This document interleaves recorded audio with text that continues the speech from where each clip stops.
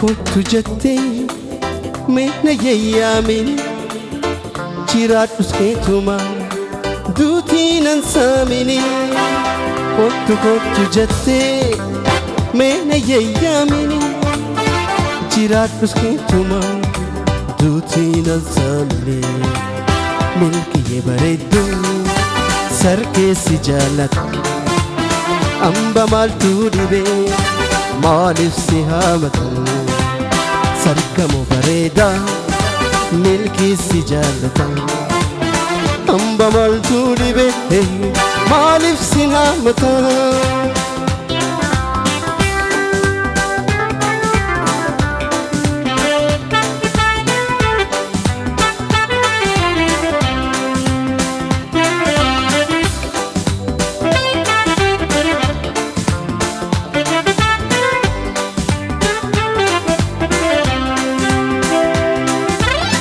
Akkuma jaalala jibba sanii jecha nafsi waliin dhabnu waan hin jirreef jecha.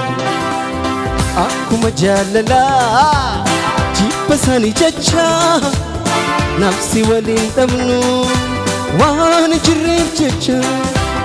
Sargamoo bareedaa bar milkii si jaallata amba maaltu dhibee maaliif si haamata.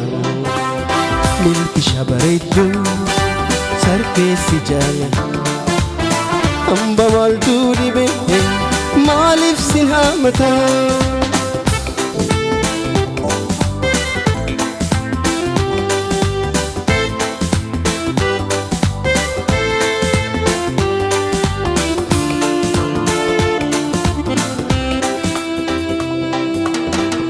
Bikaaf baddeemu akkamii dhugaataatu miidhagu ani hin beeku teessoo isii bakka jirtu naatti himamu.